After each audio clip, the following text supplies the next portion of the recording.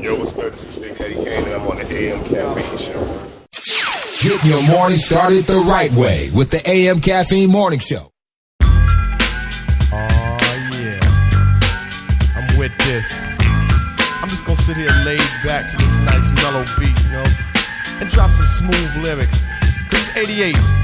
Time to set it straight, you know what I'm saying? And there ain't no half stepping. Word. I'm ready. Rappers stepping to me. They wanna get some, but I'm the Kane, so yo, you know the outcome. Another victory, they can't get with me. So pick a BC date, cause you're history.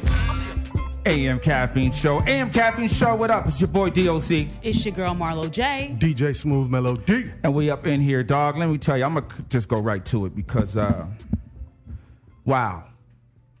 I think I arrived. I think today I have arrived. Mama, I hope you're listening. Mama! Mama, I hope you're listening today, Mama. So here's the deal. Each one of us has your undisputed favorite in any particular category. Like Smooth D, who's your favorite DJ of all time? Grandmaster Flash, of See course. how he just knew that off the top. Pew! Marlo, who's like maybe your favorite actress? Just number one. Viola Davis. Viola Davis. See how you do that? And then folks fall underneath. But you know who your number one is. We do. So for me, my all-time favorite artist, Michael Jackson. No problem. I can say that with ease. My favorite baseball player of all time, Steve Garvey. I can just off the top of my head. Favorite basketball player of all time, Michael Cooper. No idea who these people are. That's okay. That's okay, little mama. Don't try and look on me. So, in certain categories, I can say without thinking twice who my favorite is. Now let's talk about MCs. Uh-oh. Uh-oh. Uh-oh. And you know there's always the debate when you talk about who's your top 5 and your top 10. For me, hands down, I don't care how many rappers come after I die, all the rappers that are supposed to be, that are current now and that have done this all through, I've been a hip hop fan. Undisputed. Pound for pound. Pound for pound. Gosh dang it. Pound for pound. Number one for me, and anybody that knows Doc Clark knows who my favorite MC is. Indeed. The one and only. Golly. Mama, you listening? Golly. Look at God. Look at God. Won't he do it? When we talk about, to me, what an MC is, just lyrics and able to ride the beat and metaphors, punchlines, charisma on stage, able to engage males just as much as he's able to engage females. All while being fine as hell. Go ahead. Well, you say that. I can't say that. Oh, okay, well. But he kept us Dark Brothers. You know, we stay current. We stay current. The one and only greatest rapper of all time, as far as I'm concerned, the one and only Big Daddy Kane. Big Daddy Kane is in the building. Golly, look at God. That was one hell of an introduction. Hey, let me tell you, Kane. And that, that came off the top of the. I freestyled that. Let me tell you something. I was gonna write a sermon. I was like, let me come from the heart today. Tell him how you feel. Let me come from the heart. Let me tell you, I think he was gonna bomb us when you were gonna come yesterday, and because he wouldn't have been in town, and so he would have had to call in. I was upset. He was like, you know what? I don't even care. I don't even care. This is dumb. I think he was going to assassinate both Smooth D and I. Right. Because we were glad that didn't happen. Yeah. Very happy. Man, Kane, you have no idea what your music has done for me through college and just up until now. Are you going to cry? Thank you, man. You see that? You going to cry? Here, see, That's the Lord. But Kane in the building, man. Thank you so much for hanging out with us today, man. It's a pleasure. It's a pleasure. So Marlo, yes, you actually made this happen. Yes, I met them. I met Saquon and Kane at Essence through a mutual friend, Charlie Mack. Charlie, what up? What up? And, First side the limo. And they That's said, right. And they were like, we'll do your show when we come to LA. And right. I was like, okay, because everybody says that. Right. But Saquon actually hit me and was like, yo, we coming to LA. can you do you have time? We can do the show. I was like, we will make time. Absolutely. We will absolutely find a studio and do it. And I was really, really shocked and appreciative. Absolutely. I couldn't even focus. I was at a retreat and I couldn't even focus. I was just stepping out of the meeting. I was like, I don't know what to do. I kept telling everybody. I was like, oh my God, I'm gonna interview Big Daddy Kane. It's gonna be crazy. So dope. We're gonna be in the same room. So thanks a lot, Saquon. Appreciate you making this happen for us, dog. Appreciate it. So Kane, man, 2019. You've been in the game so long. I think like 1988 is when your first album was officially released. Was that when it officially was released? That was the first album. Right. Raw came out in 87. In 87. Yeah. Man, when you think back to when you first started and you look at it now, did you think two things? One, that hip hop would have the influence and the power that it has now. When you started, when you first came out in 87, did you think it was going to be as big as it has become? Well, I mean, at that point in time, artists like LL Cool J, Run DMC, Beastie Boys, and several others, they were headlining tours and stuff like that. And, you had Furious Five and Sugar Hill Gang, who had, been out on the road with Rick James, the Whispers, and stuff like that. So, I mean, I saw the magnitude and what it was becoming. I knew it was just, just going to get bigger. Right. And so prior to your first release, you were doing a lot of writing for, may have been like Roxanne Shante and other artists. Uh-huh. Did you understand how important it was to be a songwriter and how important publishing would be, later on in your career? Nah, I honestly didn't have no idea. Back then it was just the type of thing where certain people wanted me to write for them, and it's like, yeah, no problem, But honestly, as far as the business sense, nah, I didn't really have an understanding of that in the early, in those early stages. So who kind of helped you understand how important that was? Because and I asked that question because a lot of artists didn't really understand the game in publishing and how powerful that is, and that's money that can forever if you understand it. Who kind of helped you navigate you through that? Rick James. Really? Yeah, Rick James. How did he just come to you and say, "Yo, do you know you should be getting paid for this?" Nah. I had called. When I called, I had someone. We had a mutual friend. I had him call him, and I, talked to Rick, and I was like, "Yo, I got an idea for my next album, and I want to use Mary Jane Girls all night long." So, I mean, I'll try to figure out, how to work out the details as far as clearing the sample and all that, and Rick was like, you can use all they shit. You can use all they shit. I own that. Right. And he was like, he was, you need to use In My House as a bigger record. Uh-huh. Yeah. And then he explained, he was like, telling me, like, make sure that you own this, make sure that you he's the one that really started explaining that side to me. Wow. Did that get you to go back and say, okay, hold on, I wrote this, and this. Am I getting royalties from this, and this? Yeah, it make you want to ask those questions. And then, from that point on, it's like I had a different understanding of what I was doing. Right. That's crazy. No, that's why I asked that question. So go ahead, Marlon. Thanks. Go ahead. At what point do you remember saying, okay, I'm actually going to pursue being an MC as a career? I think, let me see, it was 1984. So you remember that it was 1984 that you said, you know what, I'm going to do this, and this is how I'm going to make money. Yeah, because basically what happened was I was in a rap group called the Debonair 3. Come on, Debonair. What were the other two group members' names? AB Money and Understanding. Come on, Understanding. That sounds like a 5%er name. Yeah. He's 5%er. And you were going by what name in that group? MC Kane. MC Kane. Okay. Yeah. Uh-huh. So so my next follow after you answer this, my next follow is when you became Big Daddy. Okay, but go ahead. We went.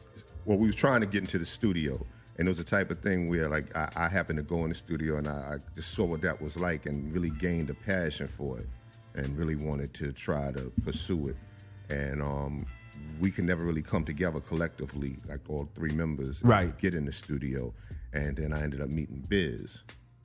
And when me and Biz met, he said, yo, you dope.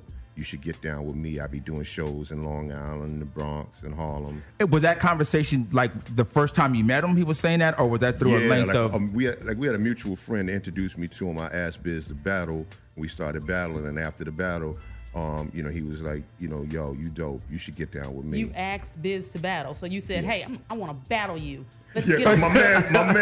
It was like my man from Long Island. He used to always come to me telling me about Biz Markie this, Biz Markie that, and I was just sick of him talking about this. You're like, let me battle this dude. Let me annihilate him and show you what the Debonair 3 is about. Okay, so when did you go from being MC Kane to Big Daddy? Was it a girl that said, "Oh my God, Big Zaddy"? And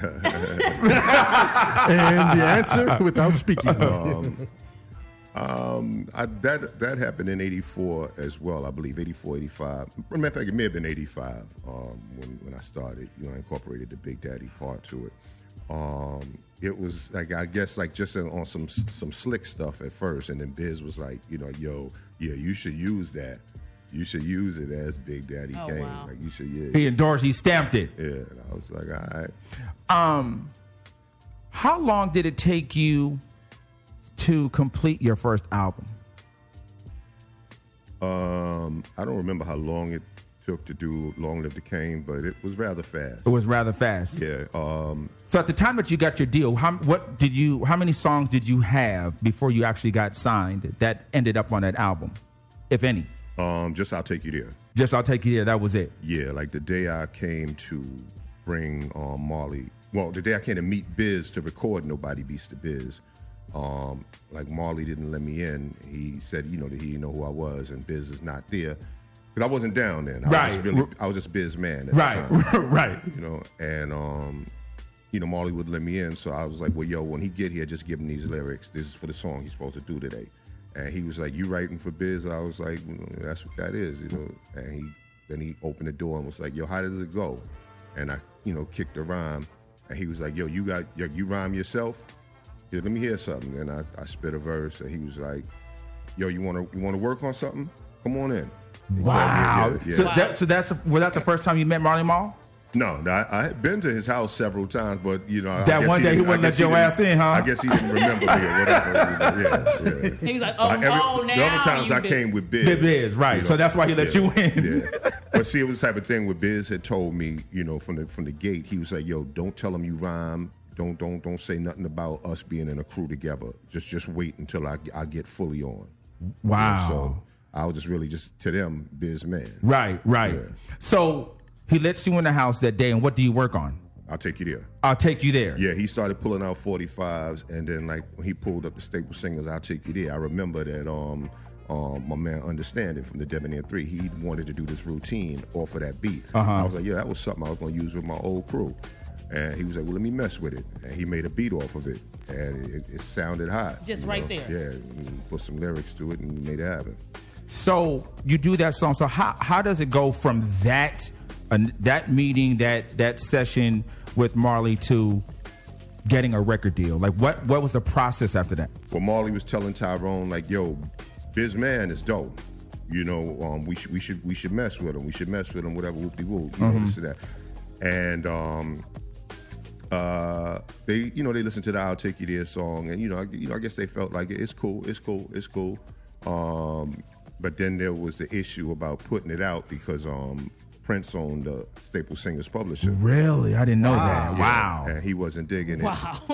Prince wasn't with none of that at that time. Prince plays no game. Right. So that was shut down. So, that was the end of it. But then, once, Fly Tide, that owned Coachella Records, knew that I was writing for Biz. He asked me to write something for Shantae.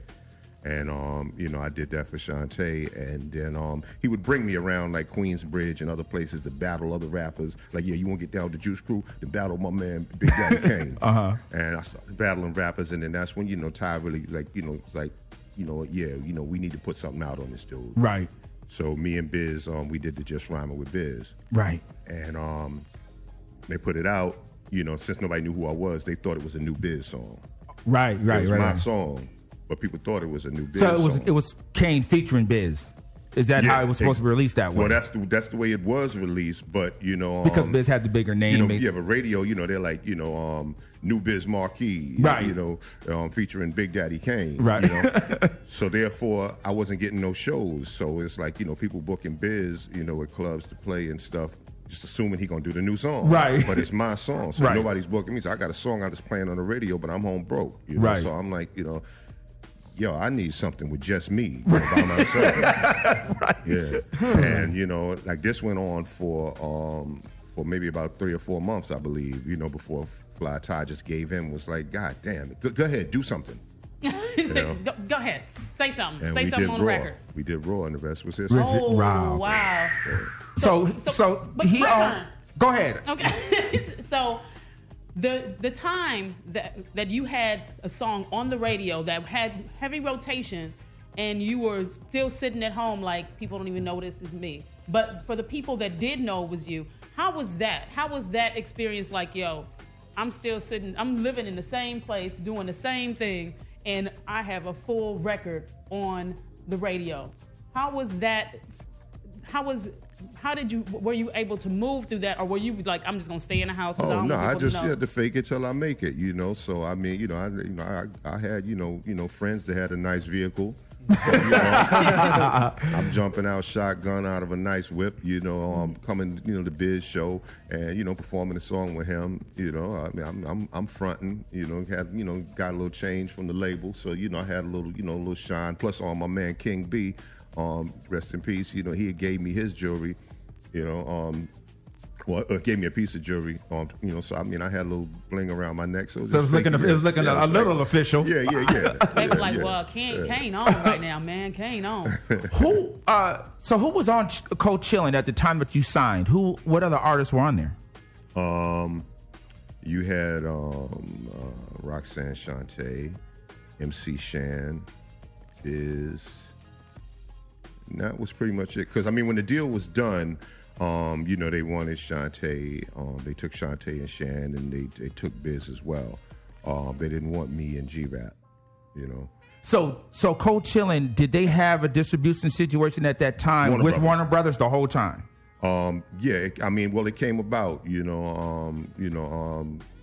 someone, set up a situation for Tyrone to, get the deal with Warner Brothers.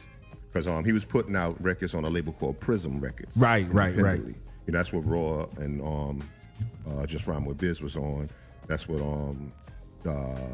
Make the Music, Nobody Beats the Biz. So were those more like white labels type situations? No, just an independent label. Independent though, Yeah, it wasn't major production. It was an independent label owned by this brother named Lenny Fitzelberg. Okay. Yeah. Being that you started out battling, pretty much, battle rapping. How do you feel about battle rap today? Like the URLs, like the show that they have on TNT? It's different, but I like it. Which?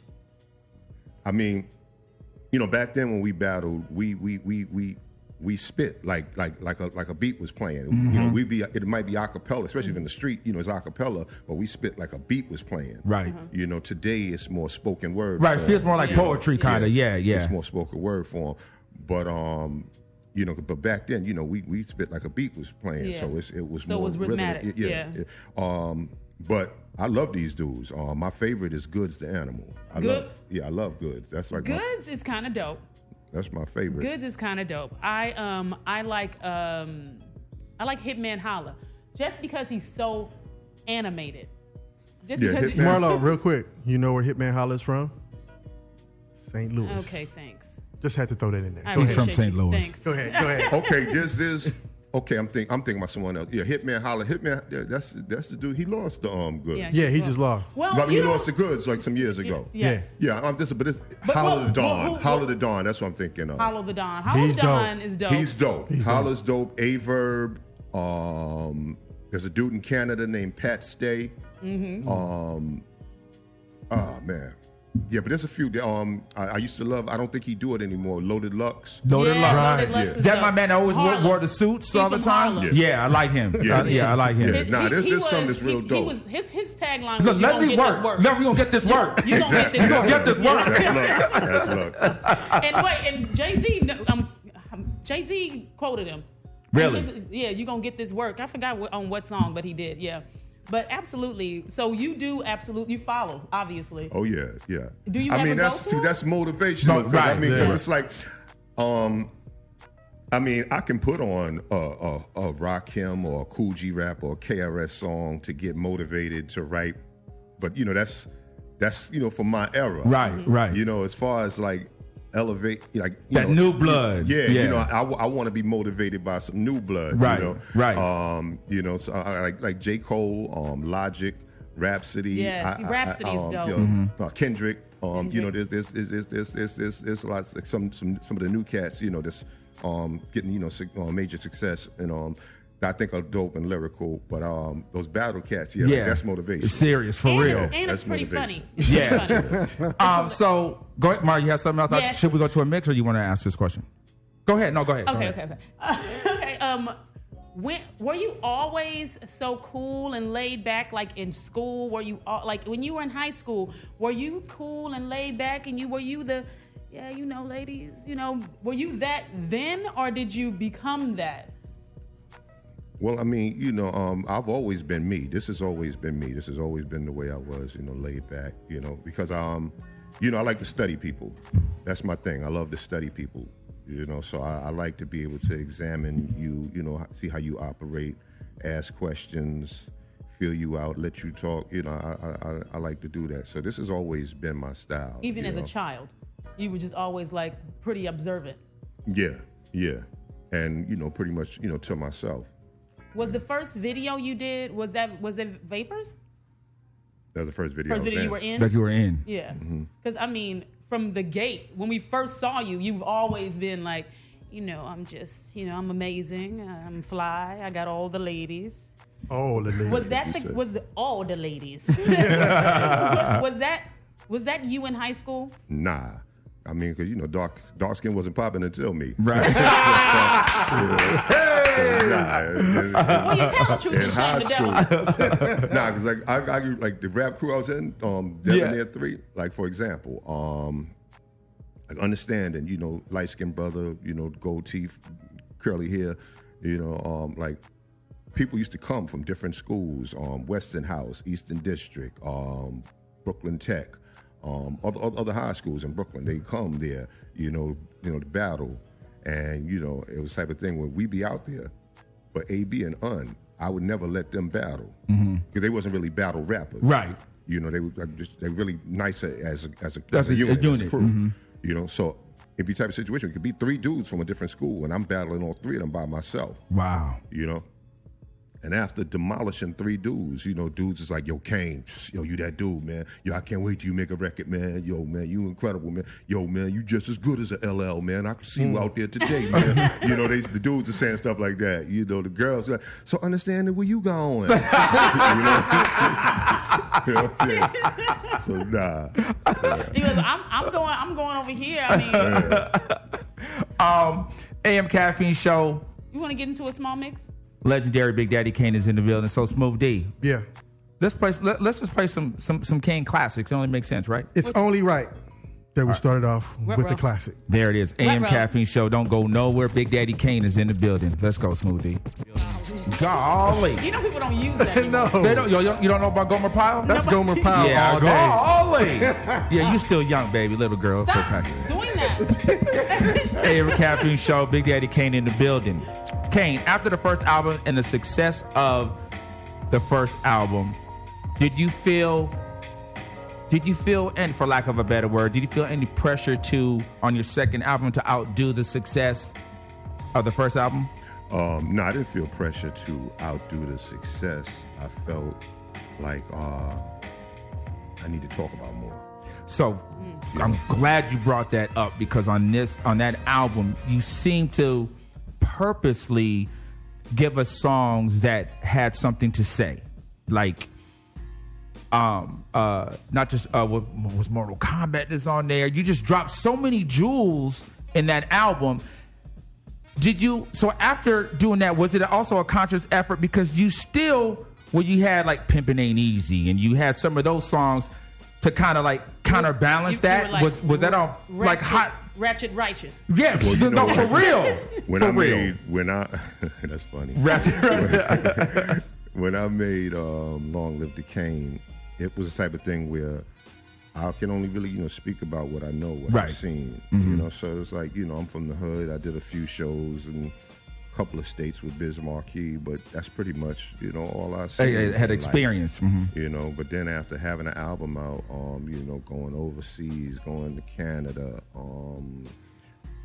touring pretty much all of the U.S., I done seen a whole lot more. I done talked to a lot of my white fans. I talked to a lot of my Latin fans. I talked to European fans. I saw the impact on the West Coast. Doing shows with Def Jeff and. I saw you in 1988. I'm trying to remember, was Eazy-E out by then yet? I don't think Eazy was quite out yet. But Def Jeff, Ice-T. Right. King T. Yeah, King T. He had to pay back some mother. Yeah. And there was a group on the label called 783. 783, yeah. Shout out to Sean B and DJ Muggs. Yeah. No idea. So, it was like I had, a different vibe, a different idea of, like hip hop in different places. So, I wanted to really expand and broaden my message, on the second album. Yeah, it definitely seems that you made a conscious effort to do that. And also, without being preachy, but you would always drop jewels just about, your knowledge of self and from a religious aspect of, were you raised, did your family raise you that way? No. That's what I got into as an adult. As an adult. Well, as a teen. And who kind of, who ushered you into that? Who kind of brought you into some of those teachings? Who? What year was this? This was like 81, I believe. I want to say 81. Cats I used to go and hang out on 42nd Street, with, to go watch the Kung Fu flicks. Mm-hmm. We'd go up there, take the train, and, some of the brothers was guard body, and, they, build it and talk, and I'd ask questions, and, they were telling me this and that, and I was like, I want to get involved with this, I think this is interesting, Did the label, did you ever get any pushback creatively of what you could say or what you couldn't say? They kind of just let you do your thing as you were crafting these songs? Nah, nobody. I mean, Fly Ty, he's a dude, from Brooklyn, with, a street mentality. So he knew what it was, and he was always supportive of, he, never tried to tell us, don't say this, don't say that. Right. Yeah. So even though that was just who you dealt with all the time, even though it was distributed through Warner Brothers, you only dealt with Fly Ty on the co-chilling side. No. I dealt with Benny Medina as well. Really? Yeah, Benny was an interesting dude, man. And you dealt with Benny Medina from what album? From the first album, or did it start with the second album? For example, with Lean on Me. Right. When they said they wanted a song for the movie, it was like, I thought that, Joe Clark was an interesting story. Mm-hmm. And I was excited about it, but it was like, that's how I first got on, when they put Raw into colors. Right. And that's how I ended up getting on Warner Brothers. They told Coach Chillin, stop pressing, don't print up any more copies. We're going to put this on the soundtrack. Yeah, and then switch it to Warner Brothers. Right. Okay. But I mean, it played through, a little car speaker real low in the movie. So right. I ain't really get no real light. So I'm like, this BS about to happen again. So I wasn't really focused on it like that. And then Benny Medina, he called me on, hey, any chance you get to that Lean On Me song? I'm like, yeah. I'll knock it out. And he was like, okay. What are you doing this evening? I'm like, ain't nothing. He's like, well, I'm in town. Can you come up to Marley House and do it tonight? Wow. Shit. And so yeah, it was that type of thing. I mean, matter of fact, I tell you the best Benny Medina story ever, man. Listening. He called me up to his house one day. This is when Hammer had out Can't Touch This. Mm-hmm. So Hammer was ridiculously on fire. Yeah. So he called me up to his house, middle of the afternoon, and I come in. He's in the pool with two young ladies, two famous young ladies that are models. I'm not gonna say no names. Okay. Right. I'm not gonna say no names. If they say their name, will you No. say okay?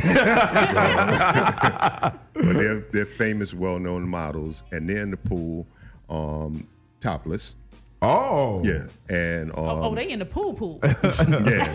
And he's like, we you said you like lobster, right? You said, yeah, I have my chef, and I'm looking, and like one of them is like, the water's warm, come on in, But it's like, me, because he's a record company exec, I'm like, all right, where this going? Right. Yeah. The streets kick in. Right. What is about to happen? Yeah. So I'm like, hey, can you step out for a minute and holler at me? And then I just made up some stuff like, yeah, I'm gonna have to be at such and such in a few, man. I was under the assumption that you wanted to have a meeting. What's that? And then he got to the, to the getting, and basically the whole thing was, to smooth me out so that he could convince me to use Rick James, You and I. Because since Hammer won with Super Free, he thought it would be a good idea for me to use You and I. So he had the two supermodels and the lobster. Right. Trying to bring you in. Yeah.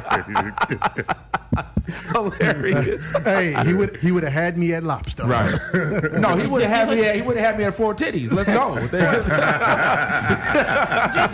just four titties floating in the pool. No bodies attached, just titties.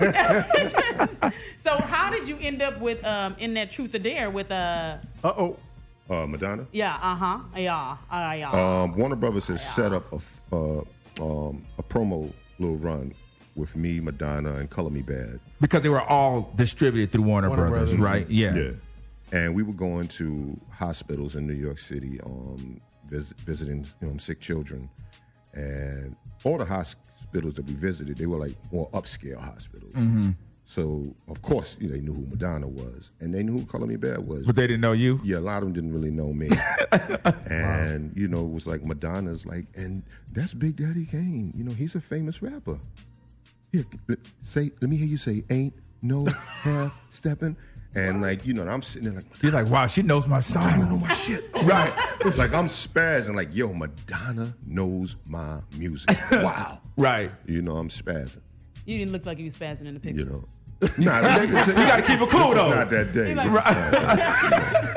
And, after everything was over and done with, we talked, and I was like, thank you for acknowledging me. I appreciate it. She was like, no, it was great. I think her publicist was named Liz, I believe. She's like, yeah, Liz speaks about you. So I just said, I'm doing this book. I think it would be great if we can get you in it. Just photos, that's all. I was like, I would be honored. She was like, well, they're going to more likely be nude photos. I was like, shit, even better. hey, let's get it. Thank you. So, that's how it happened. And we went to Florida. And it was crazy. It was like, I'm wondering how this day is going to go, what it's going to be like. And as soon as I get on the set, everybody's running around crazy trying to get wardrobe right and, they're doing their own thing. Nobody's really paying me any attention. And Madonna just comes running from down the hall, nowhere, butt-ass naked, right? Wow. And gives me a big fat hug. Kane, so glad you're here. And she's naked. Naked. Uh-huh. Let me tell you, I was just standing out in the middle of the highway, just like this, no clothing on, with my thumb out, hitchhiking, taking photos. Nobody stopped. Not one single car stopped. Can you believe that? Fucking Madonna, nobody stopped. Wow. So I was like, oh, this day gonna be good. Right. This is gonna be a lot of fun. You got paid for that, or was it just It's Madonna. You kind of just, you like I don't think I did. Oh, he was making so much money, and you don't know. I don't know. A check might have came in. I'm not sure. I can't really remember offhand. Nah, I don't think. Yeah, we were happy but upset as well. We were upset because it was a white girl. We were happy because it was Madonna, and we were happy because you were nude. We were like, this is amazing. Thank you, Madonna, but I'm watching you. When you did it, did you think like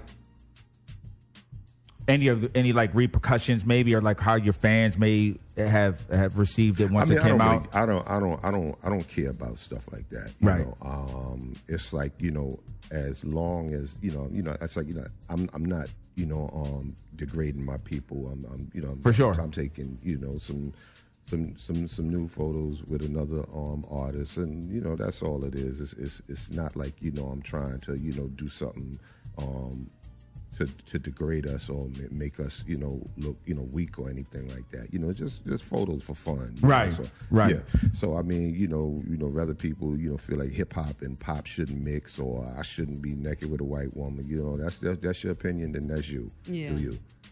How much did that help? Hip hop to me. Hip hop don't have no color. Absolutely, and look at it now. How big it is. Okay, I mean, look at how big Iggy Azalea. Okay. JK. So once that book came out, did you start to see a shift in the audience of folks that were coming to see you? Because now you're being opened up to maybe a Madonna audience that maybe didn't know you prior to. Yeah. Do you What was the time that you realized, oh my God, I'm really a big artist? Was there a time then you were like, okay, this is absolutely crazy. I'm bigger than I know. I would say, 3 different times. When I did Feels Like Another One with Patti LaBelle, and she came to the studio with fried fish, mac and cheese, and collard greens that she made for me. Wow. Like Patti LaBelle cooked food for me. I mean, right away, Ma. Guess what? I made it, Mama. Mama. I'm eating somebody else's mac and cheese, and it's Patti LaBelle. That was one time.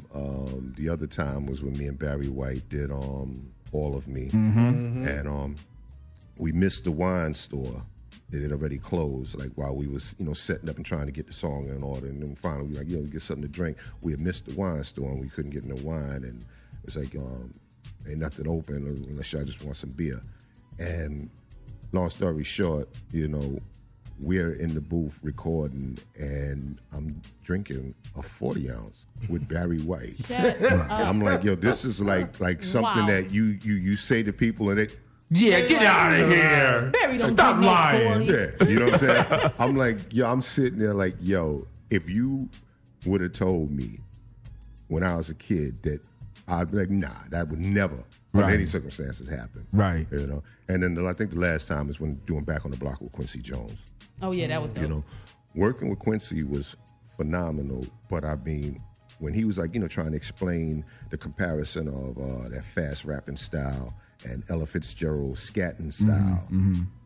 And like, when he was making this comparison and stuff, and I'm like, yeah, I see it, I understand what you're talking about. He was like, do you mind doing some of that for Ella?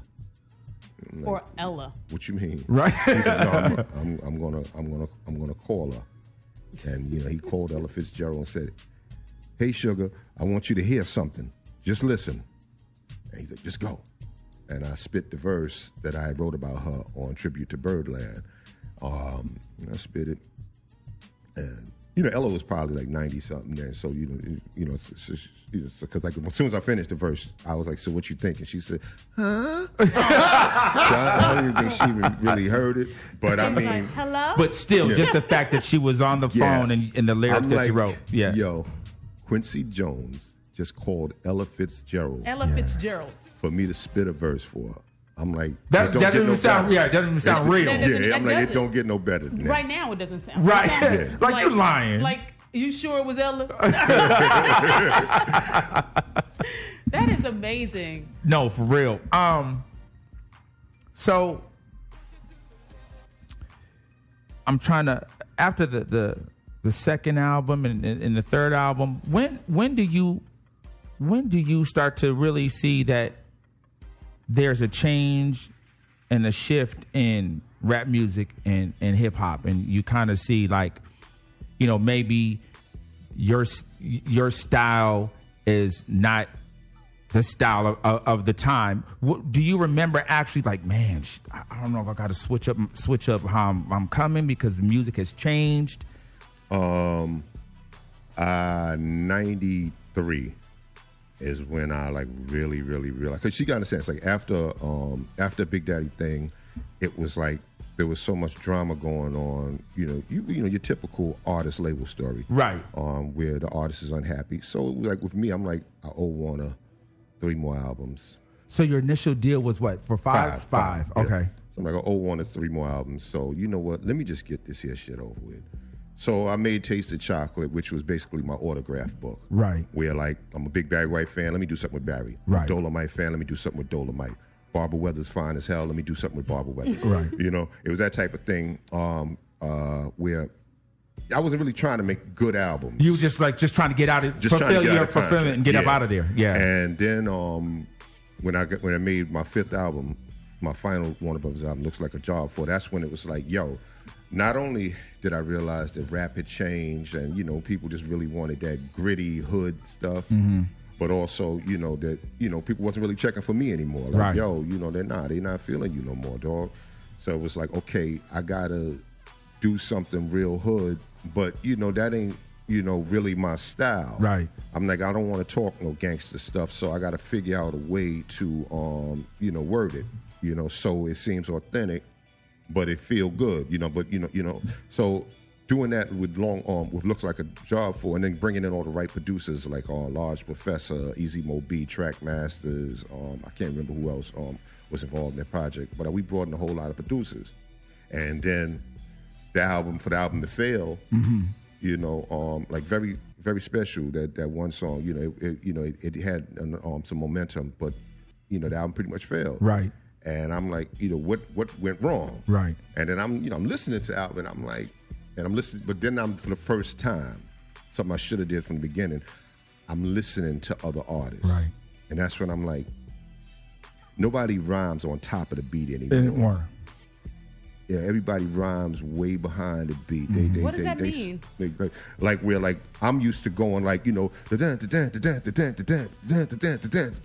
know, by then, you know, you had like Method Man, Nas, I believe Nas. I can't, but anyway, you know, it was like you had artists where they're more like, you know, oh yeah, okay. You know, they more laid back with it, you know. And the so whole cadence and all that is so different. Yeah. I'm like, you know, the rhyme. So I'm like, you know what, my rhymes are dope, but I sound dated. Right. I sound old school. Right. Yeah, I sound like 88. Right. I fucked up. Right. You know what I'm right. saying? It wasn't the producers. It wasn't Warner Brothers. It's me. I messed up. Right. You know what I'm saying? So I had to like really like, you know, get it together. I started, you know, like I was hanging with some cats in Brooklyn on the Brevoort projects, and we used to hang a lot, you know, have ciphers and stuff. And that's when I really started understanding, you know, like my pace, and you know, because I'm used to going spit fire. Yeah. So I had to start switching my flow up, you know, because the rhymes was always there. Right. It was just that I think the cadence was just dated. You know? Right. Yeah. So during that time when now you're trying to make that transition, are you getting shows? Like, how are you? I mean, obviously, you probably had money from before, but how are you now, for lack of a better word, surviving when you're trying to figure that out? We was still doing shows. I'd probably say shows was pretty much going strong until about 96, maybe. Like, pretty much, the end came pretty much, I guess, after Illmatic and Ready to Die drop. Right. Wow. Like, and that was wow.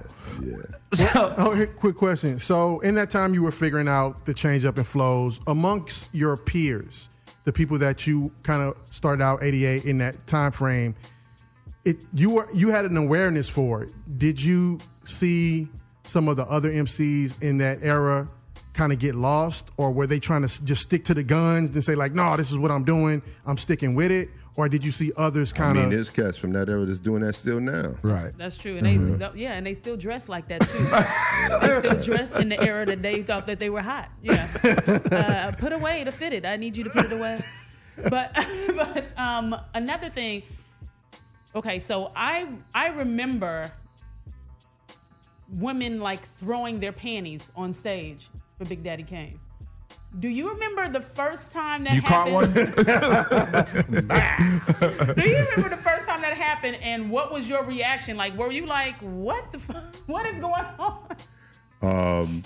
Nah, I mean, the first time it happened, I think I just laughed and whatnot. That's all. Yeah. What, really? That's it? That's just, Hey, because it probably was happening before that. But they weren't throwing on stage. I mean, because that says I disrobed right here.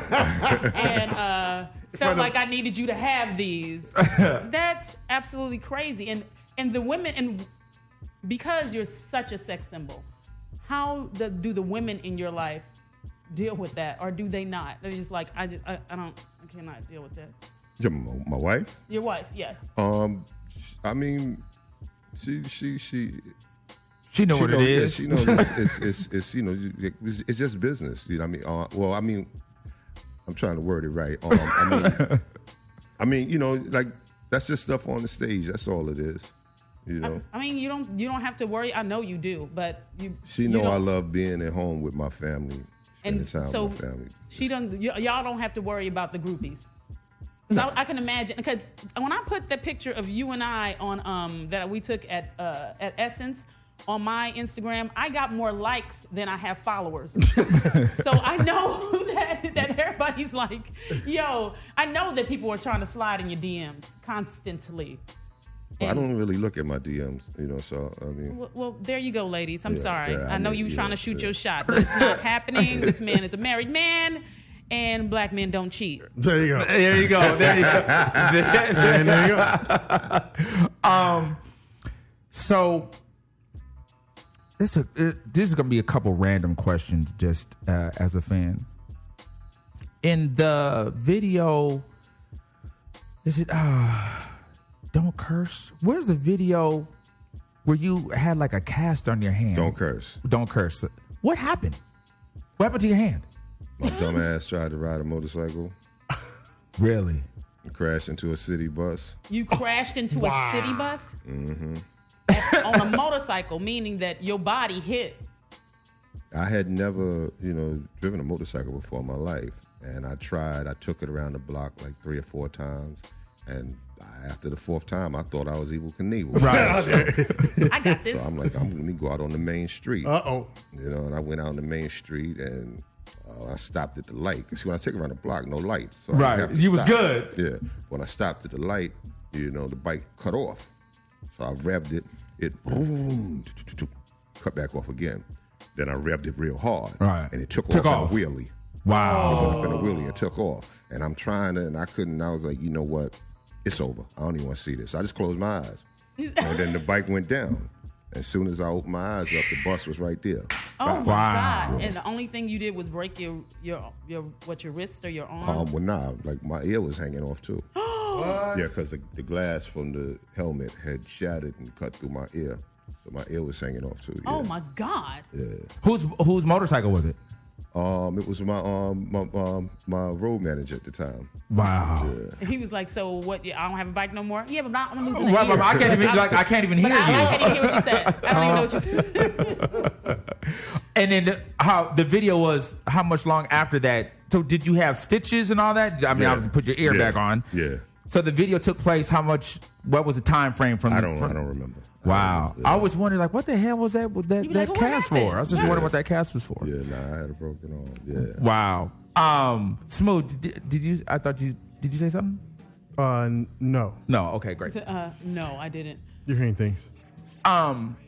So. Wait, I have a question. Go ahead, Marlo J. What was your first big purchase? My first big purchase was probably a Volvo. Yeah. I would absolutely see that. I could see a Volvo because it's classy and it's elegant and it's just all things Big Daddy. Well, no, what it was like at that time. So what was the cars at that time? Like, was that there was after Jettas? Because Jettas was cracking for a minute. No, I mean, get on this my is nerve like with the the Jettas. era of the Jetta, the Saab, the Peugeot. Yeah. And you know, a few people have Volvos and the 190. The The Benz 190. Yeah. You know, I mean, when I got this check, I don't think I was Benz ready yet. Yeah, financially I wasn't Benz ready yet, but it seemed like everybody had a Saab or a Jetta. Right. So I got the Volvo just to be different. Different. Right. What about a home? Did you purchase a home? Or when was that first purchase? Because I think didn't you have like a brownstone or something? I kind of remember in New York or something like that. Nah, my house was in Jamaica Estates. That was 1990, I want to say. Okay. 89 or 90. Anything with estates on it must mean it's like really rich area. Yeah, it was like either 89 or 90. Yeah. What would that be like the Beverly Hills of? Yes, I mean it's a rich neighborhood, Jamaica. But you know, where they were in Coming to America. Yes. Yeah. Where the house was that John Amos had. Yes. That was Jamaica Estates. Oh, that's a real place. Yeah, no, it's a real place. Yeah, Jamaica Estates. Yeah. Wow. Get him, Dottie. Yeah. So get him, Dottie. AM Caffeine Show. Big Daddy Kane is in the building. When did you get the bug to start acting? Was it from doing videos? Like, what made you want to pursue being an actor? Well, I was always like, you know, big Fred Williamson, Jim Brown fan.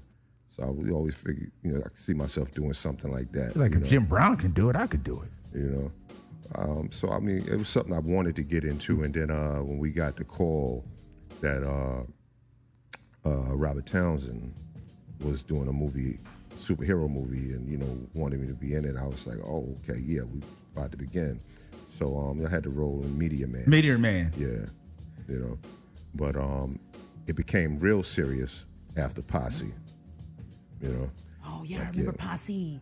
Yeah, Oh, that I was started good. taking it real serious then because it was like, you know, Meteor Man, it was like I was playing, you know, a bad guy. I can't really even say thug, you know, bad. No, I mean, I had on a leather suit and blonde hair. Right. So let's just say bad guy, you know. But in Posse, I'm actually a cowboy. Right. And, I'm talking country and I'm riding horses. So I'm like, no, this is acting for real. Right. It's like, right. no, this is for real, for real. Yeah. What are you up to now? How can people follow you and catch up with you? What are you doing right now? If people want to see you, what's your next show? Oh, well, all my shows are listed on BigDaddyKane.com, and you can always find me on Instagram, official Big Daddy Kane. Instagram and Facebook is official Big Daddy Kane. My Twitter is just at Big Daddy Kane. When do you when was the resurgence of this era, and I want to say my era as well, of hip hop? I believe like 01. I think, if I'm correct, I believe it was 2001. Because it's constantly whenever BET nonstop. did that thing and they had Dougie and Rick perform, Sugar Hill Gang and Public Enemy. So you think that was Yeah, right after that show, that's when all these promoters just started wanting to book artists of the 80s again and call it an old school show. How do you feel about that title, old school? I hate it. Right. You know, because it's like you have to, you know, respect and support your artists. Right. You know, in pop music, they don't say, you know, oh yeah, you know, I mean, Madonna, old school pop artist. Right. You Right. know, she's a legend. Legend or it's classic or whatever it is. Classic, whatever, you know what I'm saying? In, Right. In rock, you know, they don't say, you know, old school artist Aerosmith. Right. You know? Exactly. You know, yeah. that's only some hip hop BS. you Right. know? Right.